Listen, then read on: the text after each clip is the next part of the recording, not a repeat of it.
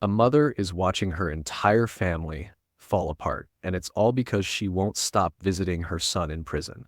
But wait until you hear what he did, and the absolutely devastating secret from her past that makes this situation 10 times worse. Is she wrong for standing by him, or is her family being heartless?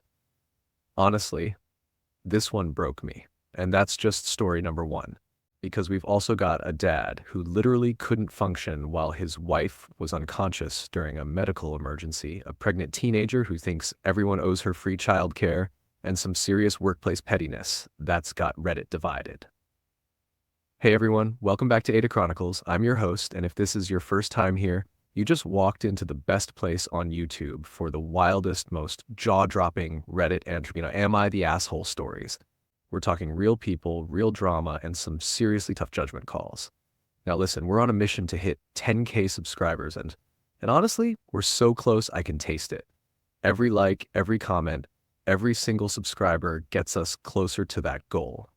So if you're vibing with the content, smash that like button, hit subscribe, and drop a comment letting me know which story hit you the hardest today.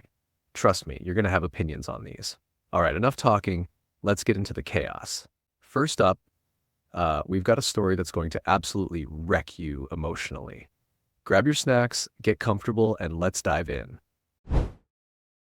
Am I the asshole for still visiting my son in prison?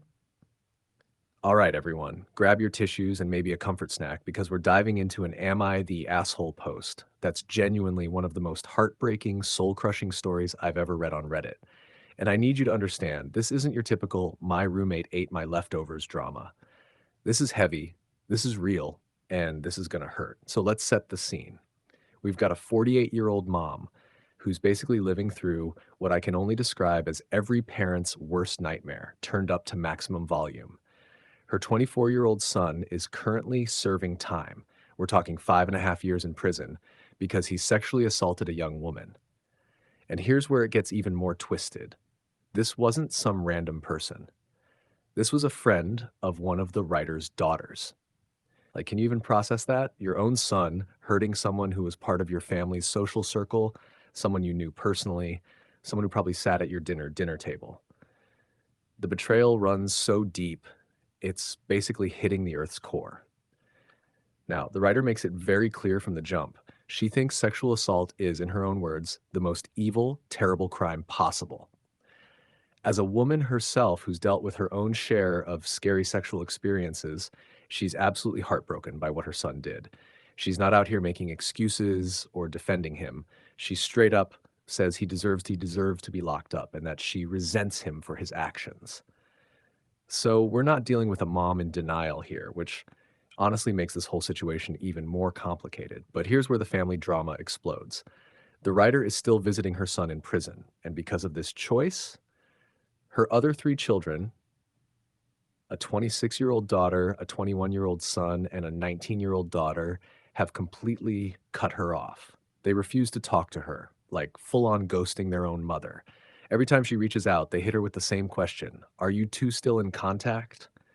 She says yes, and boom, conversation over. Interaction ended. No further questions, no discussion, just pure cold shoulder. And honestly, I get where the other kids are coming from. Their brother assaulted someone they knew, someone in their friend circle. That's not just a crime against a stranger. That's personal. That's a violation of trust on every possible level. One of their friends was hurt by their own brother, and now they're watching their mom still maintain a relationship with him. From their perspective, it probably feels like mom is choosing the person who caused all this pain over everyone else who was hurt by it. But then, and this is where my heart breaks, the writer talks about how she can't just let her son be alone. She says the thought of him being completely isolated haunts her as a mom. She feels like she's damned if she does, damned if she doesn't. Like she already feels like a failure for raising someone who could do something so horrible, but she also feels like she'd be a failure if she abandoned him completely. It's this impossible situation where there's literally no winning move on the board. The writer keeps saying she doesn't support what her son did. She's made that crystal clear. But she just can't bring herself to cut him off entirely. She's caught between wanting her other kids back in her life and not being able to abandon her son, even though he's done something absolutely unforgivable. She can't help but feel like everyone's holding a grudge against her when, from her perspective, she's just trying her best in an impossible situation. So the question drops: am I the asshole for still visiting my son and not wanting him to be alone? And then came the update, which somehow makes everything even more devastating. The writer comes back after reading through the Reddit comments, and you can tell she's been crying, she's been thinking, and she's been forced to confront some really hard truths. She starts with some context. Her four kids are 26, 24, 21, and 19, girl, boy, boy, girl, in that order. And they're not American, just for some additional background.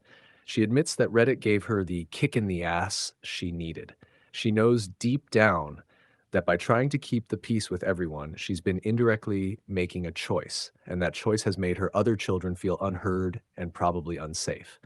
And yeah, when you put it like that, it hits different.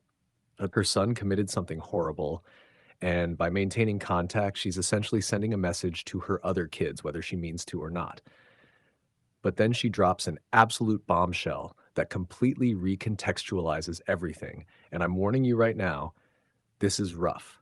Her ex-husband was also a rapist. Let that sink in for a second. This woman endured spousal rape throughout a large part of her life and her children's lives. She's a survivor herself, and now she's watching her own son become the thing that traumatized her for years. Can you even imagine? The man who hurt you for years, and then your son, the child you raised, the baby you held, grows up to commit the same horrific crime. The generational trauma, the absolute mind-bending horror of seeing that pattern repeat. She tried to keep this from her kids for as long as possible, but kids aren't stupid. They eventually figured it out. They know.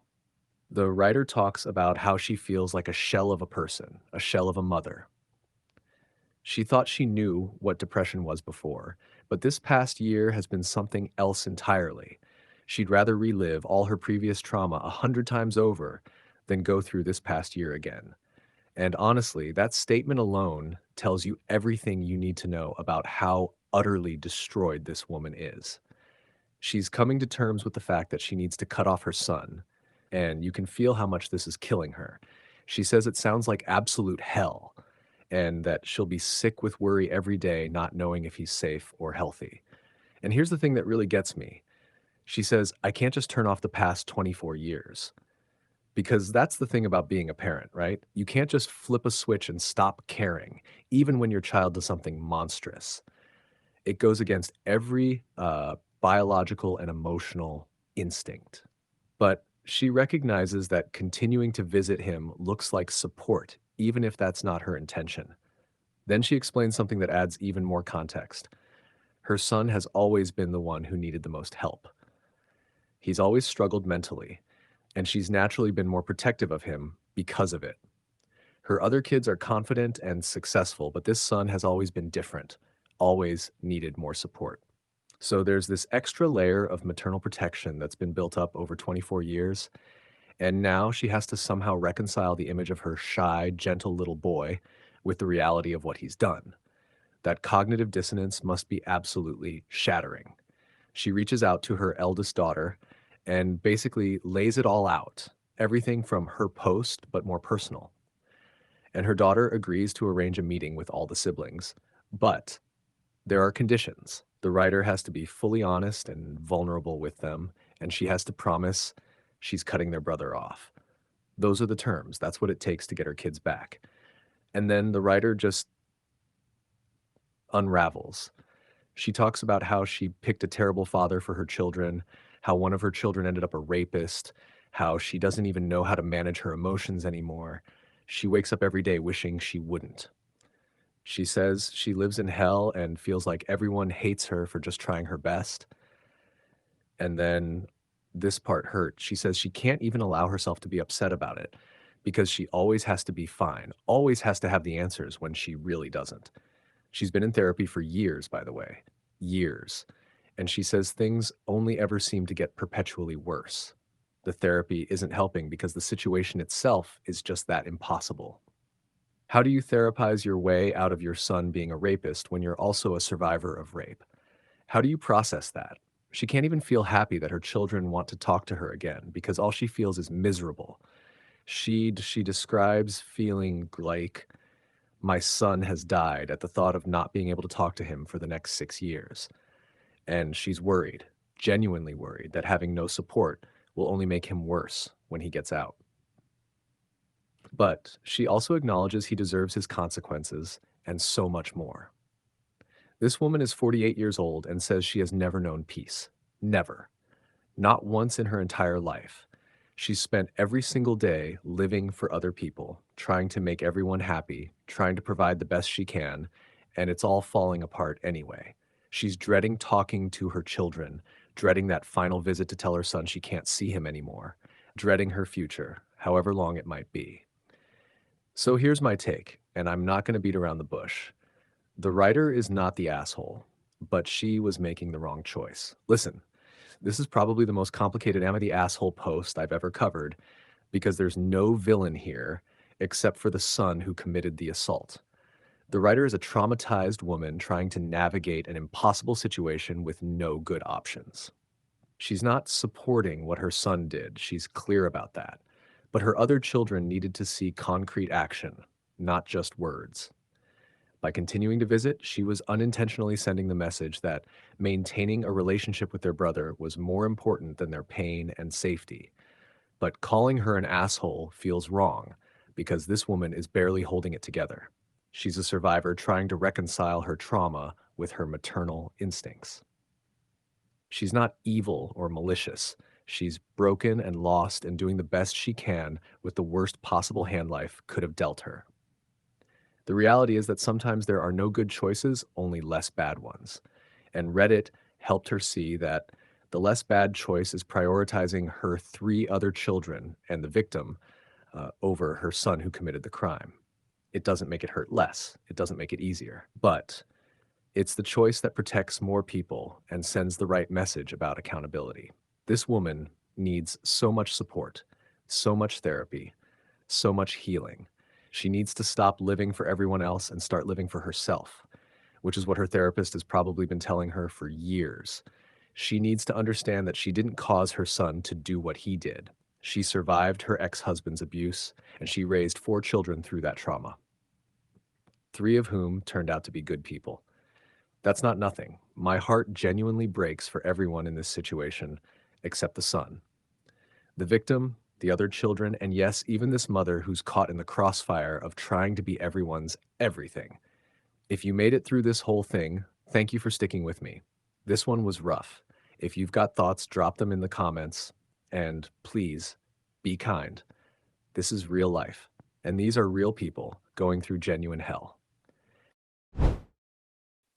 Am I the asshole for calling my friend's husband a useless piece of shit? Okay, so before we even dive into this absolute dumpster fire of a situation, can we just acknowledge that this man has 4 children, but apparently has never been left alone with them long enough to know basic bedtime routines? Like, sir, what have you been doing for the past 8 years? So the writer's best friend is married, and they have 4 kids together, an 8-year-old, 6-year-old, 4-year-old, and a 3-year-old, all girls. That's a lot of kids in a very short amount of time, which honestly sounds exhausting, but also beside the point. The real kicker here is that the writer describes the husband as a great dad when someone is there to help. When someone is there to help. Let that marinate for a second. He's a great dad with assistance. That's like saying someone's a great swimmer as long as they're wearing a life jacket and someone's holding them. That's not really being great at the thing, is it? That's just participating with maximum support. But it gets better or worse depending how you look at it. When he's alone with all 4 kids, he gets overwhelmed and freezes. He freezes like a deer in headlights, like a computer that got too many programs running at once. My guy, these are your children, your biological offspring that you helped create. They're not strangers you got randomly assigned to watch. So a few weeks ago, the friend was sick and the writer brought over dinner because that's what good friends do. They thought it was just a bad cold, nothing too serious. Very nice, very wholesome so far. When they were eating dinner, the friend went to the bathroom and the 3-year-old followed her. Kids that age are like little shadows. They follow you everywhere. That even to the bathroom. It's normal. But then the 3-year-old comes running out saying her mom is throwing up, which obviously isn't great. All the kids immediately run to the bathroom, followed by the writer and the husband. Now we're starting to see the chaos unfold. The writer helped her friend clean up while the husband went to get nausea medicine and a thermometer. Okay, so far he's doing something helpful. He's contributing. We love to see it. But when he came back, the writer asked him to do one simple thing: get the kids out of the bathroom so their mom could have some space. One task: remove 4 children from a bathroom. These are his children who presumably listen to him and respect his authority as their father. The writer took the friend's temperature and it came back at almost 104 degrees, which is legitimately dangerous. That's we need to get this fever down immediately territory.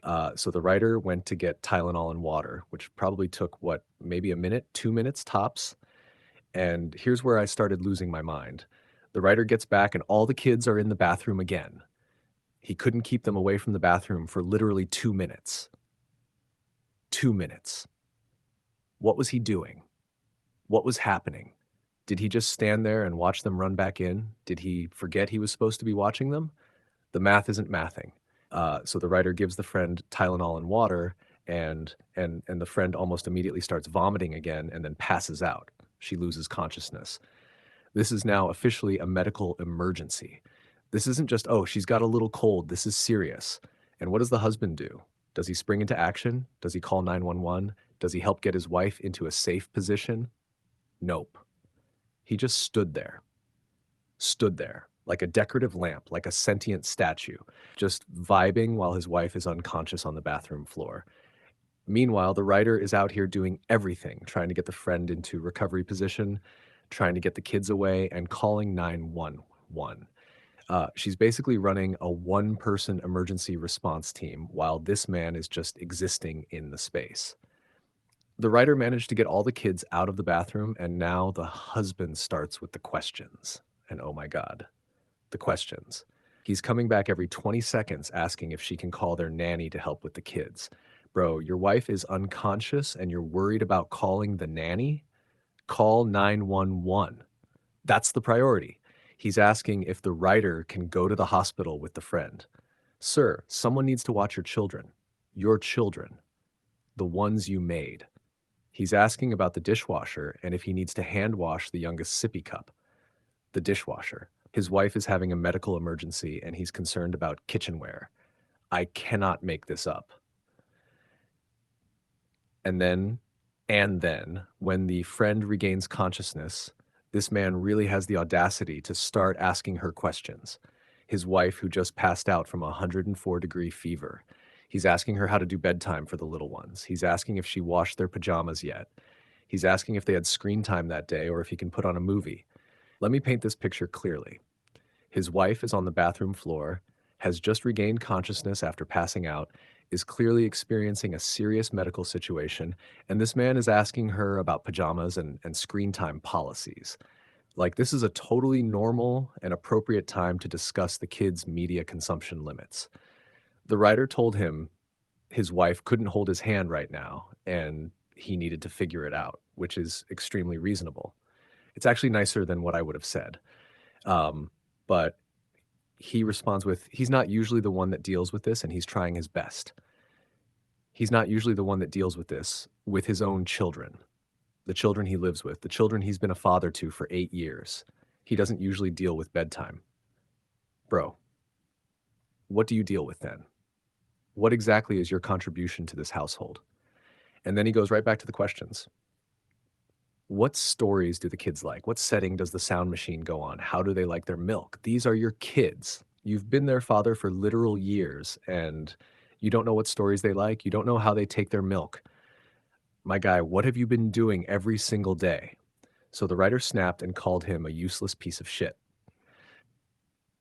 And honestly, in that moment, completely justified. His wife is having a medical emergency and he's asking questions about sound machine settings instead of just figuring it out like an adult. It's been nearly a month and he's still acting pissy when the writer stops by the house. He's holding a grudge because someone called him out for being completely helpless during an actual crisis. Instead of being embarrassed by his own behavior and maybe, I don't know, learning his kids' routines so this never happens again, he's mad at the person who pointed out the obvious. Uh, the friend says he'll get over it, which is very diplomatic of her. But the writer's boyfriend thinks she was unnecessarily rude and that the husband was trying his best. And look, I get the boyfriend is trying to be fair, but trying his best isn't good enough when your best is asking your unconscious wife about pajama locations. Here's the thing. This wasn't just about him being stressed in the moment. This was about a pattern of weaponized incompetence. This man has somehow made it through 8 years of parenting without learning basic information about his own children. He doesn't know bedtime routines. He doesn't know what stories they like. He doesn't know how they take their milk. He gets overwhelmed when left alone with them and, and freezes. That's not trying his best. That's deliberately staying incompetent so someone else always has to do it. It's like when someone does the dishes so badly that you never ask them again. Except this is with his own children, and the stakes are way higher than dirty dishes. And the fact that he's a great dad when someone is there to help just proves it. He can parent when it's easy, when there's backup, when someone else is there to handle the hard parts. But the second he's on his own or there's an actual emergency, he completely falls apart and needs his sick wife to walk him through milk preferences. The writer wasn't being unnecessarily rude, she was being accurate.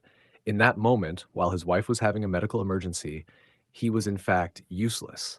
And honestly, calling him a piece of shit might have been harsh, but sometimes people need to hear harsh truths. Sometimes being nice and polite doesn't cut through the nonsense. What really gets me is that he had multiple chances to step up. When the kids ran back into the bathroom after he was supposed to keep them out, that was chance one. When his wife passed out and he just stood there, chance two. When the EMTs were presumably on their way and he could have focused on the kids, chance three. But instead of rising to any of these occasions, he just kept asking questions and seeking reassurance. And the questions weren't even like, what's her medical history? Or what medications is she on, which would be useful for the EMTs. No, he was asking about sippy cups and sound machines and pajamas. His priority system is completely broken. So is the writer the asshole? No, no, absolutely not. Was calling him a useless piece of shit harsh? Sure. But was it accurate in that moment?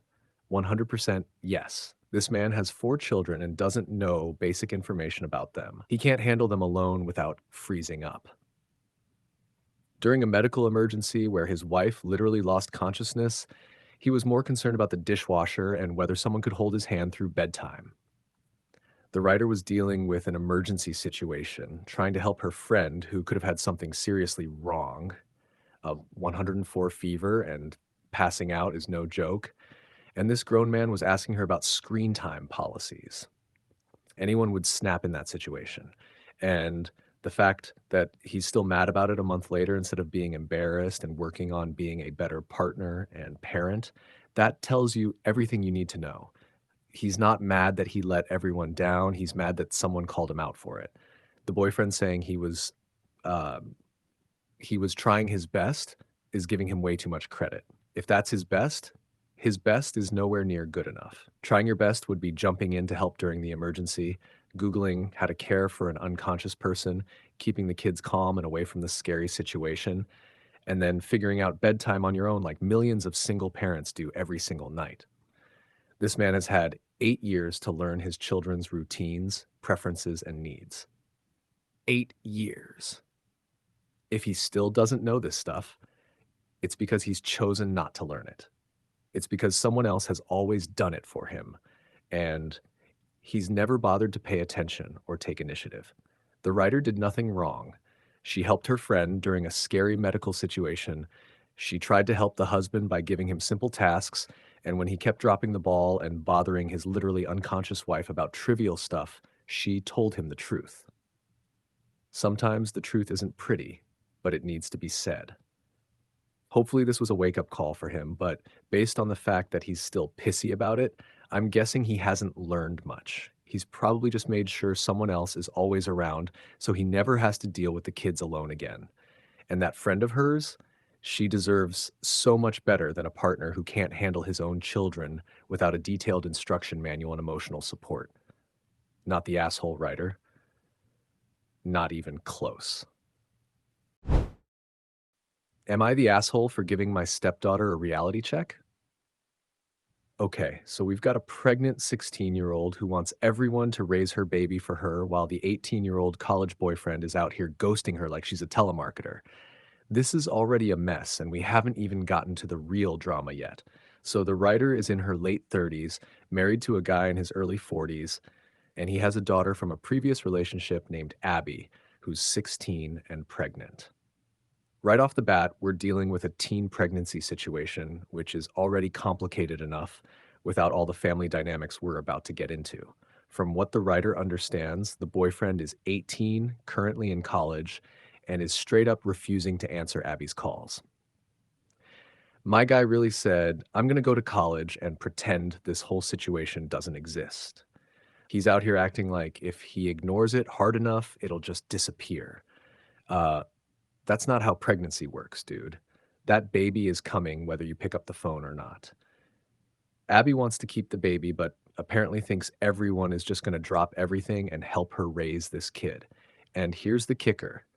Everyone has told her multiple times that they aren't going to help her and that she will be on her own. Like, this isn't new information. She's been told repeatedly what the deal is, but she's not hearing it or she thought they were bluffing. The writer and Abby have what she describes as a decent relationship. They met 3 years ago when Abby was 14, and they have a civil relationship. Abby has a mom, so the writer is just dad's wife to her mainly, which is actually a pretty healthy dynamic. The writer isn't trying to force a stepmom relationship or replace anyone. They just coexist respectfully. Or at least they did. Recently, Abby started getting closer to the writer and trying to talk to her more. The writer immediately clocked this as weird because normally when Abby does this, she wants something. We love a woman who can spot manipulation from a mile away. After about a week, Abby got tired of the small talk and just told her what she wanted. She wants the writer to watch her kid during the day while she's in school, just casual, like asking to borrow a charger. Hey, can you raise my baby for 8 hours a day, 5 days a week? Thanks. The writer told her no because she has her own two kids to watch, twins, which is already a handful. Two babies at once is no joke. Abby got upset and said she doesn't understand why, when the writer had her kids, people offered to help and did things for her. But now that she's pregnant, no one wants to help and is making her do everything herself. And okay, I see where her teenage brain is going with this, but she's missing some massive context clues here. The writer explained that her kids were rainbow babies, meaning babies born after miscarriage or loss. And a lot of people knew they struggled with fertility. That's why people were excited and wanted to help. It wasn't just a random pregnancy, it was a wanted, planned pregnancy after heartbreak. People rally around that kind of thing.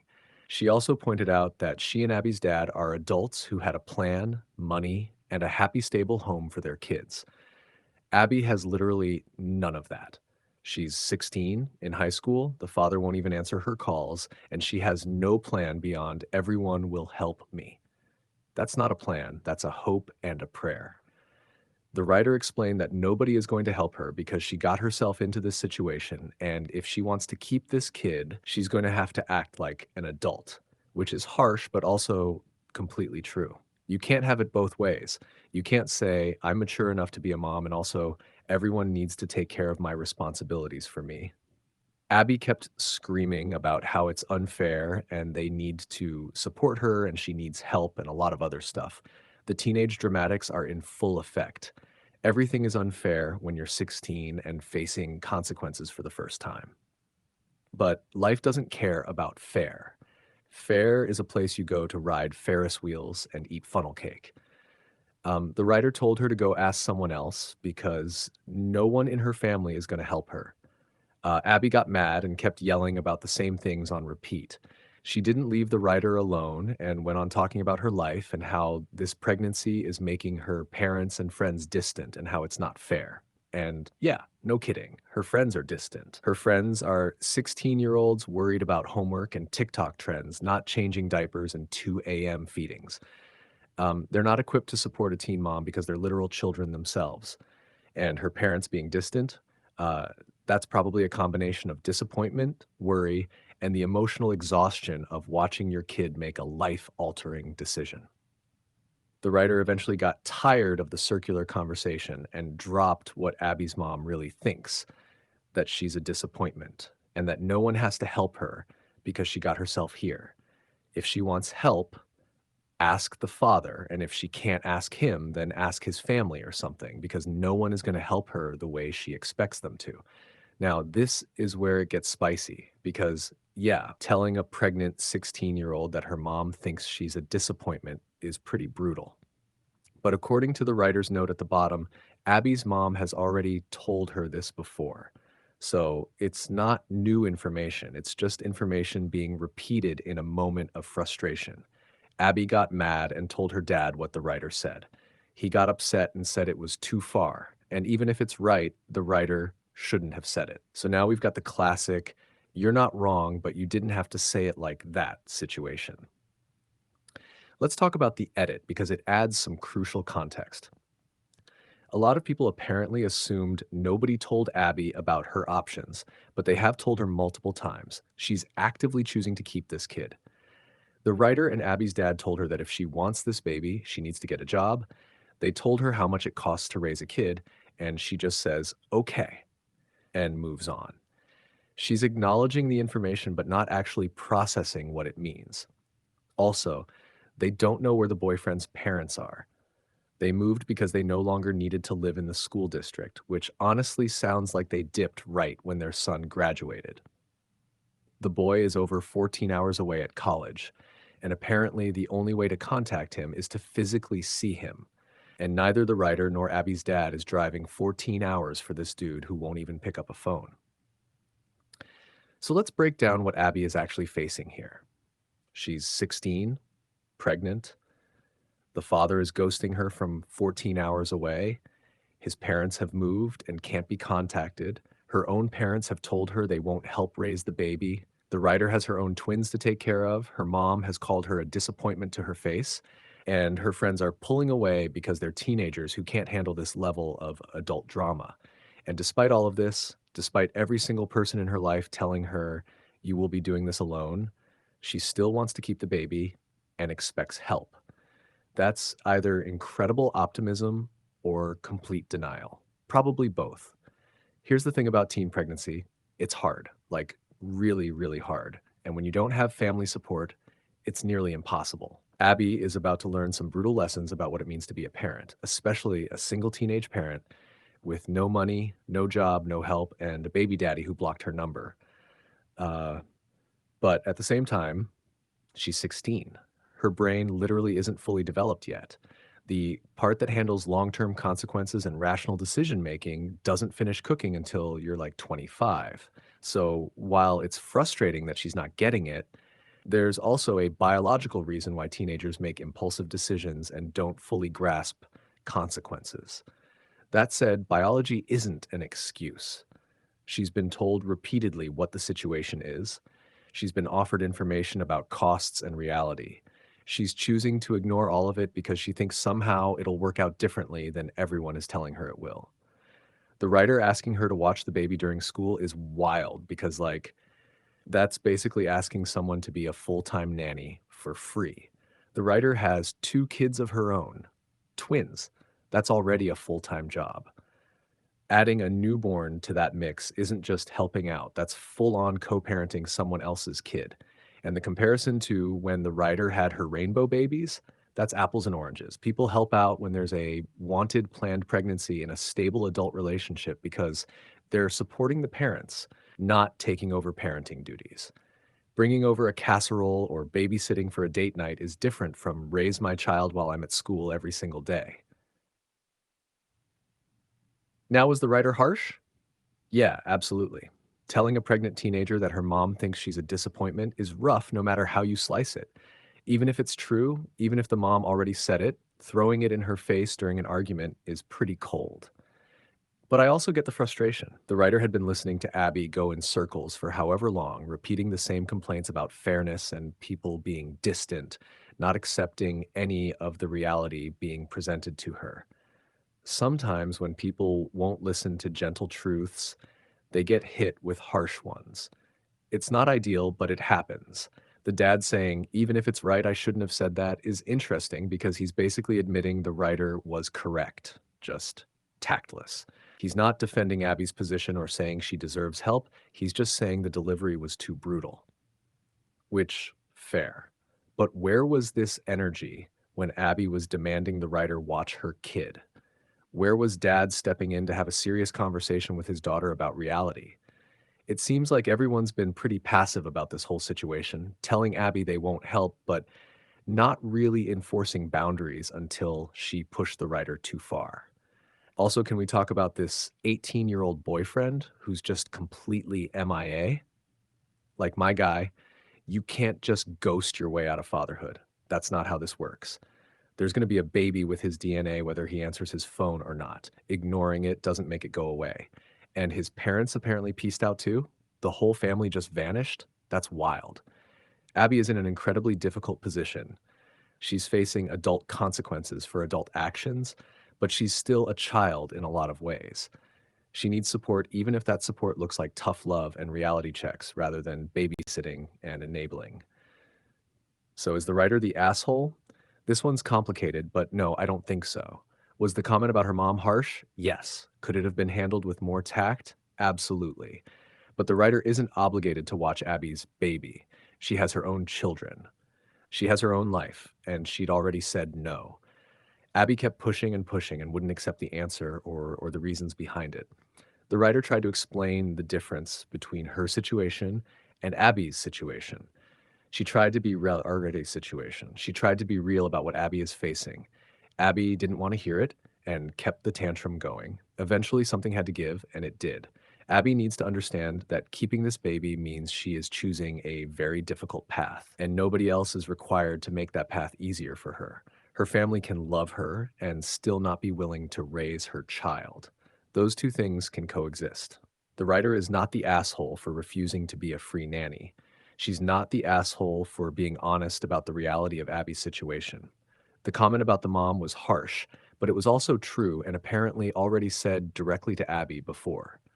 Sometimes truth hurts, especially when you're 16 and pregnant and realizing that life isn't going to work out the way you thought it would. What Abby needs is resources, information about parenting classes, assistance programs, adoption if she changes her mind, job training, whatever. What she doesn't need is people enabling her fantasy that she can be a high school student and a single mom without any help, and it'll all work out fine. That's not reality. And the sooner she accepts reality, the better prepared she'll be. Not the asshole, writer. You set a boundary, she wouldn't respect it, and you got real with her. Could it have been gentler? Sure. But sometimes gentle doesn't work, and you were dealing with your own kids while being harassed about taking on another one. You're not obligated to soften every blow, especially after saying no repeatedly.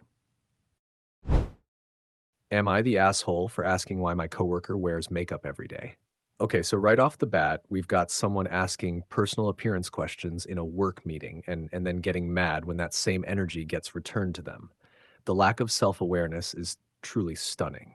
The writer starts off with, howdy howdy, which already tells me this person has a personality, and then does the classic throwaway account disclaimer. So we've got a 29-year-old guy at work during what he describes as a pretty long meeting with some coworkers. One of them is new, a woman in her late 30s, and they're all talking about their professional experiences and history. Standard corporate small talk, the kind that makes you want to take a nap, but you have to pretend you're engaged. Midway through reviewing some boring stuff, his words not mine, but honestly relatable, this new coworker asks him with a smirk, "Can I ask you a question?" Now, already the smirk is interesting because that's giving very much, I'm about to say something I think is clever energy. The writer figured she was going to ask something work related since they'd been talking about professional stuff. So he's like, yeah, sure, what's up? And she hits him with, why do you always wear hats? Now, let me pause here because this is already wildly inappropriate for a work setting. They're in a meeting, a professional meeting. And this woman, who is new, mind you, decides this is the perfect time to question someone's daily fashion choices. Not, hey, what project are you working on or what's your role here, but why do you wear hats? Like, ma'am, read the room. The writer explains that he's bald, but here's the thing, he actually likes being bald. He started balding at 21, and instead of doing that sad comb over thing or trying to hide it, he just shaved it all off. His hair was super curly and compact, so styling it to hide the balding wasn't going to work anyway. Honestly, this is the mature move. We've all seen people trying to hold on to those last 7 hairs, and it's just sad.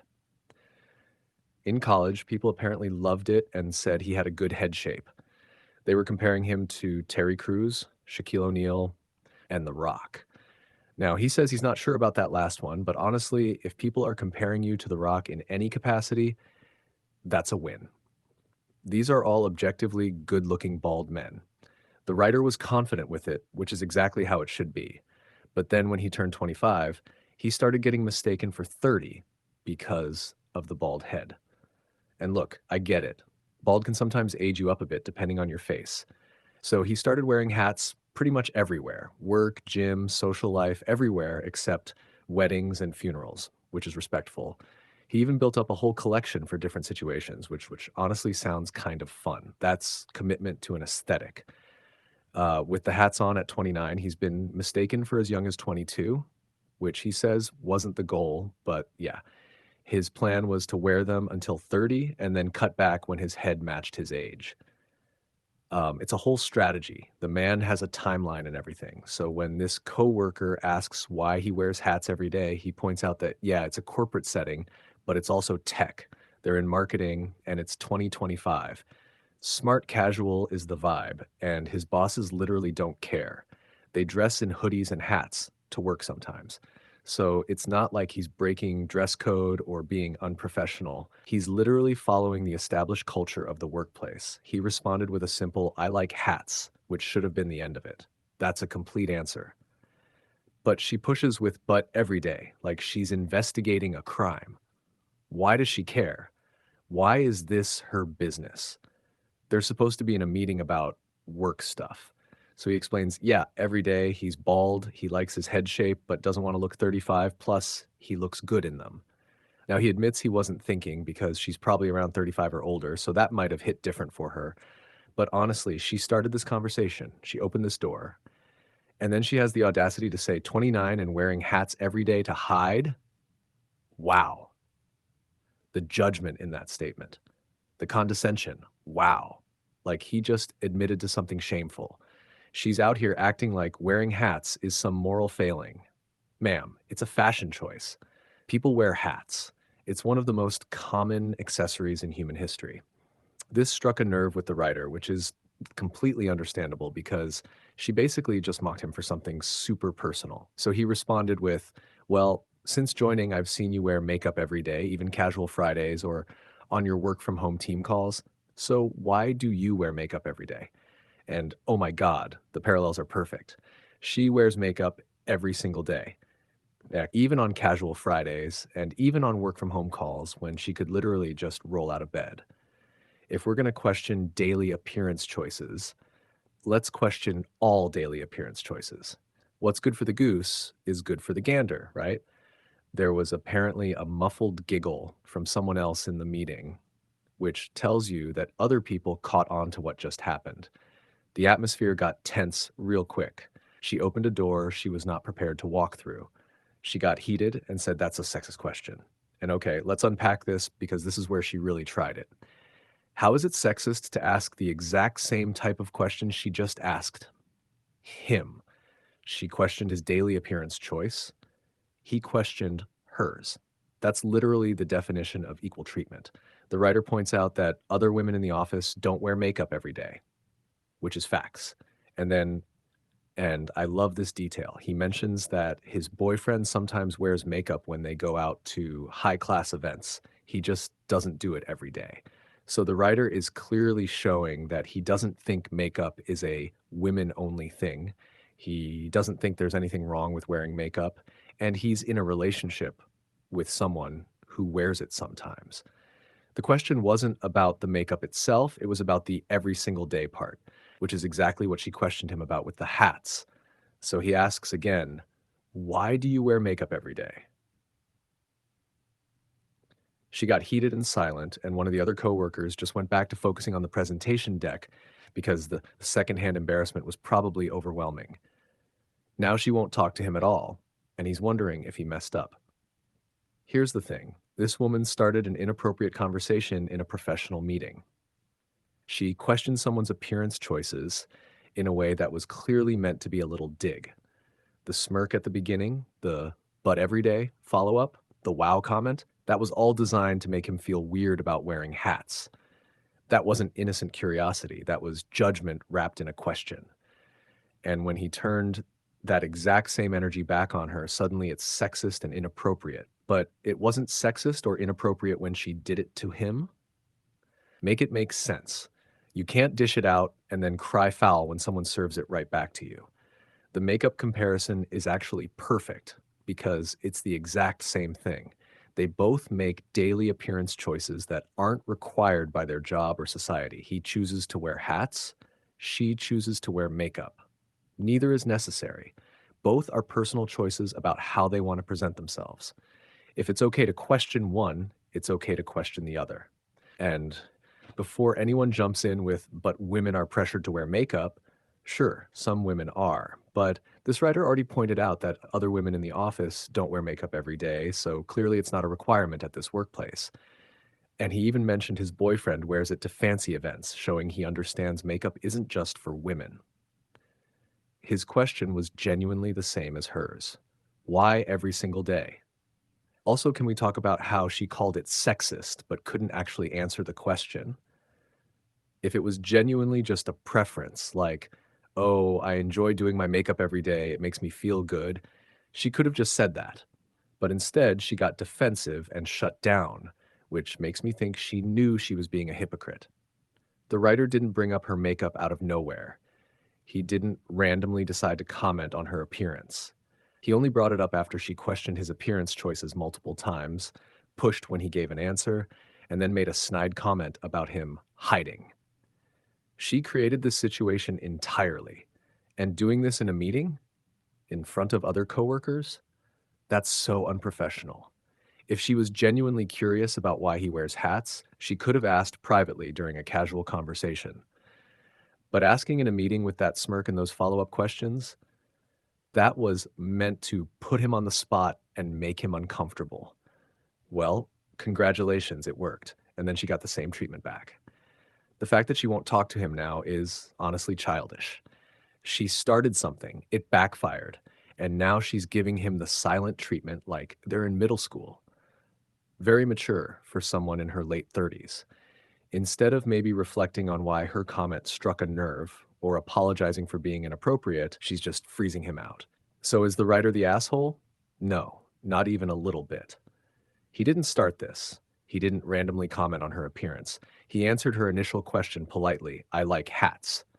When she pushed, he explained more. When she made a judgmental comment about him hiding, he simply reflected the question back at her using the exact same logic. That's not being an asshole. That's called holding up a mirror. If anything, she's the asshole for starting an inappropriate conversation in a work meeting, pushing when she got an answer, making a snide comment, and then crying sexism when she got the same energy back. You don't get to make people uncomfortable about their appearance and then act victimized when they do the same thing to you. The writer handled this pretty well, actually. He didn't get aggressive, he didn't insult her, he just asked the same type of question she asked him. The fact that she couldn't handle it says everything about her intentions with the original question. She wanted to make a dig at him, but didn't expect any pushback. And honestly, both of them wearing hats and makeup every day is completely fine. People should wear whatever makes them feel good. But if you're going to question someone else's daily choices, you better be prepared to have yours questioned too. That's just how it works. The writer's not the asshole. He's just someone who got tired of being judged and decided to show this coworker how it feels. Sometimes people need that reality check, and maybe next time she'll think twice before making personal comments in professional settings. Probably not, but we can hope. Am I the asshole for not letting my sister-in-law move in after she called me a gold digger? Okay, so before we even get into this, can we talk about the absolute audacity of insulting someone and then asking to live in their house? Like, Emily really thought she could spend 4 years calling this woman a gold digger and then be like, so about that spare bedroom, though. So the writer is 29, married to her husband, who's 32, and they've been together for almost 4 years. Both of them work full-time jobs. He's an engineer and she's a dental hygienist. Already, we need to pause here because dental hygienists make good money. This isn't some part-time gig at a coffee shop. This is a legitimate healthcare career that requires education and licensing. She's out here cleaning teeth, taking x-rays, dealing with people's mouth bacteria all day. That's a real job with a real salary. They live in a two-bedroom home that they bought last year. In this economy, do you know how hard it is to buy a house right now? Interest rates are insane, housing prices are astronomical, and these two managed to become homeowners. That's genuinely impressive and takes two incomes in most cases, which means the writer absolutely contributed to that purchase. But here's where things get messy. The husband's sister, Emily, who's 27, has apparently never liked the writer. And we're not talking about a slow burn of resentment or subtle tension. Emily has been making comments since day one about how the writer landed on her feet by marrying her brother. Day one. Literally from the beginning of this relationship, Emily has been in the writer's ear with this nonsense. 4 years of snide remarks about how lucky she is, how she married well, implying that she's some kind of opportunist who snagged a good guy for his money. For 4 years, the writer has been dealing with this disrespect. And the writer says she's always ignored it for the sake of family peace, which honestly makes her a bigger person than most of us. Because I don't know about you, but if someone spent 4 years calling me a gold digger, we would have had words at family dinner number 3. The patience this woman has shown is actually remarkable. She's been taking these hits and smiling through family gatherings to keep things civil. So, a few weeks ago, Emily got evicted. Now, the writer doesn't go into why Emily got evicted, but that's actually important context we're missing. Getting evicted isn't usually a one-time oopsie. That's typically a pattern of not paying rent, violating lease terms, or being such a problem tenant that a landlord goes through the legal process to remove you. That takes time and documentation. So, Emily's housing situation going south is likely not just bad luck. After getting evicted, Emily asked the husband, note, she asked him, not both of them together, if she could stay with them for a few months. A few months. Not a week while she figures things out, not a couple weeks until she finds a place. Months, plural. That's not crashing on a couch, that's basically moving in. The writer wasn't comfortable with this, and she lists very valid reasons.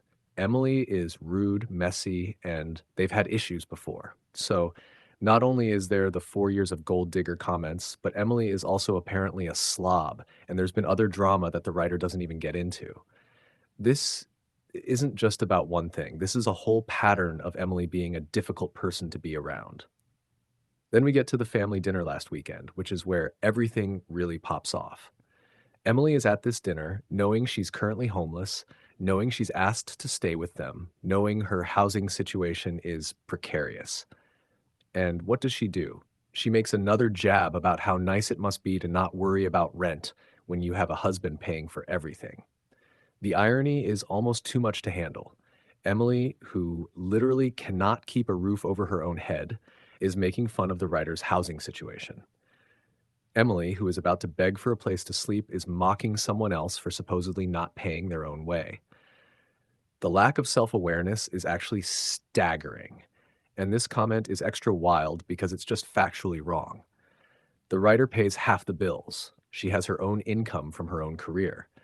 She's not sitting at home living off her husband's money. She's working full time in healthcare and contributing equally to their household. But Emily has spent so long believing this gold digger narrative that she's created in her head that facts don't even matter anymore. So, writer finally reaches her limit. After 4 years of biting her tongue, after weeks of Emily asking to move in while still being disrespectful, she snaps. She tells Emily that she pays half the bills, and if Emily can't respect her, she shouldn't expect help. And honestly, that's not even that harsh. That's just stating facts and setting a boundary. The writer didn't insult Emily, didn't bring up the eviction, didn't make it personal. She just said, I pay my own way, and you need to respect me if you want my help. That's actually a very reasonable position to take. Later, the husband asked if she'd reconsider. And I appreciate that he asked rather than demanded or guilt tripped her, but also like, my guy, your sister has been disrespecting your wife for 4 years and just did it again at dinner while asking for housing. What exactly is there to reconsider? The writer said no. Simple, direct, clear. She's not letting someone who disrespects her stay in her home. And that's a completely valid boundary. Your home is supposed to be your sanctuary, your safe space, the one place where you don't have to deal with people's garbage. Why would you voluntarily invite someone into that space who spent years making you feel bad? The mother-in-law is calling her selfish because, of course, there's a mother-in-law getting involved. There's always a mother-in-law. And look, I get it. That's her daughter who's struggling and probably scared about being homeless. But being someone's mother doesn't mean you get to ignore years of that person being cruel to someone else. If the mother-in-law is so concerned about Emily having a place to stay, she has a home. Emily can move in with her. Problem solved. But it's easy to call someone else selfish when you're not the one being asked to house a person who's been awful to you. The writer says her husband understands, which is actually huge. He gets why she doesn't want Emily there. He's not trying to force it or make her the bad guy. He asked if she'd reconsider. She said no, and he understood. That's what a supportive partner looks like. He's not choosing his sister over his wife. He's respecting his wife's very reasonable boundary. Um, the writer admits she feels a little guilty because Emily is family and she's struggling. And that guilt is natural. It shows she's not a heartless person. She's not happy that Emily is in a bad situation. But feeling guilty doesn't mean she's wrong. You can feel bad about someone's circumstances and still protect yourself from their toxicity. Because let's be real about what would happen if Emily moved in. Based on what we know, here's how this would go down. Emily moves in for a few months, which turns into 6 months, then a year, then she's just living there indefinitely. She's messy, so the house gets trashed. She continues making snide comments because she's never faced consequences for them before. The writer becomes stressed and resentful in her own home. She and her husband start fighting about it. The marriage gets strained. And Emily? She'd still be calling her a gold digger while literally living rent-free off their charity. That's not speculation. That's just pattern recognition. Emily has shown exactly who she is for 4 years. People don't suddenly become respectful and considerate when you do them a favor. They usually get worse because they feel entitled to more. Also, Emily is 27 years old. She's not a teenager who made a mistake. She's a whole adult who got evicted and apparently has nowhere else to go. No friends she can stay with, no other family, no backup plan. That suggests this isn't just about the eviction. This is probably about Emily burning bridges everywhere she goes with this same attitude she's had toward the writer.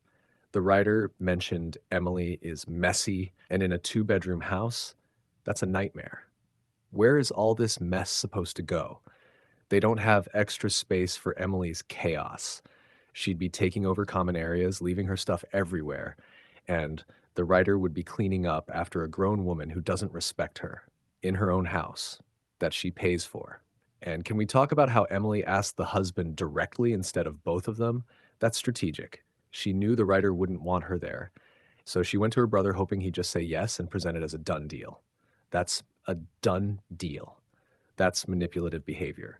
If you're genuinely asking for help, You ask both people who live in the home, not try to go around one of them. The fact that Emily made another gold digger comment after asking to move in shows she has zero self awareness and zero intention of changing her behavior.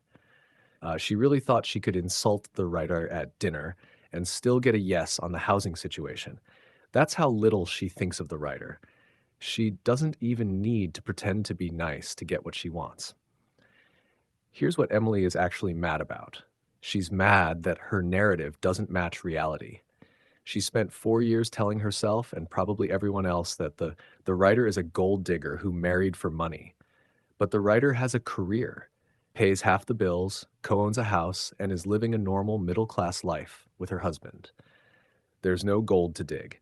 Emily created this whole story in her head, and reality keeps contradicting it, which makes her double down on the insults instead of admitting she was wrong.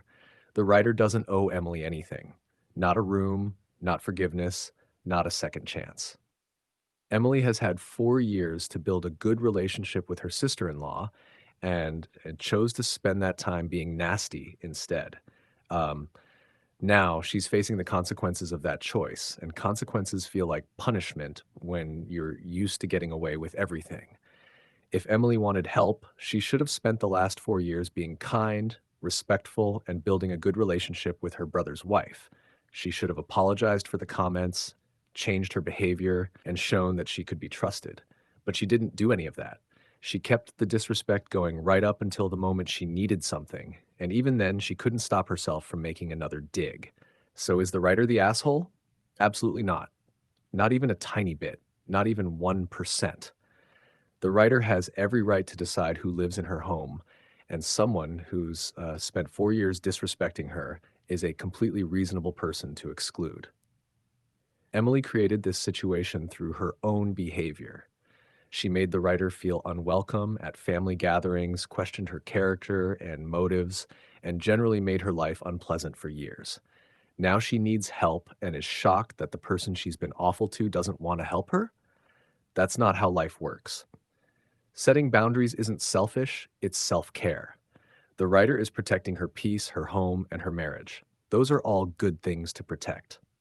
And her husband supporting her decision shows that he sees what his sister has been doing and doesn't expect his wife to just take it forever. The mother in law calling her selfish is out of line. If she wants Emily housed so badly, she can house her. Otherwise, she needs to stay out of it and maybe ask herself why her daughter spent 4 years being cruel to someone who never did anything to her. Emily needs to learn that actions have consequences. You can't treat people badly and then expect them to rescue you when you're in trouble. Maybe this will be the wake up call she needs to examine her behavior and make changes. Probably not, but stranger things have happened. The writer should feel zero guilt about this. She tried to keep the peace for 4 years. She ignored countless disrespectful comments. She's been more than patient, but patience has limits. And Emily found that limit when she made another nasty comment while literally asking for housing. That's the definition of biting the hand you're about to ask to feed you. Stand your ground, writer. Emily made her bed with 4 years of gold digger comments, and now she literally doesn't have a bed because she got evicted. That's poetic justice if I've ever seen it. Your home is your sanctuary, and you don't owe anyone access to it, especially not someone who's made you feel small and disrespected for years. Let the mother in law house her if she's so concerned. You keep your peace and your boundaries because both are worth protecting.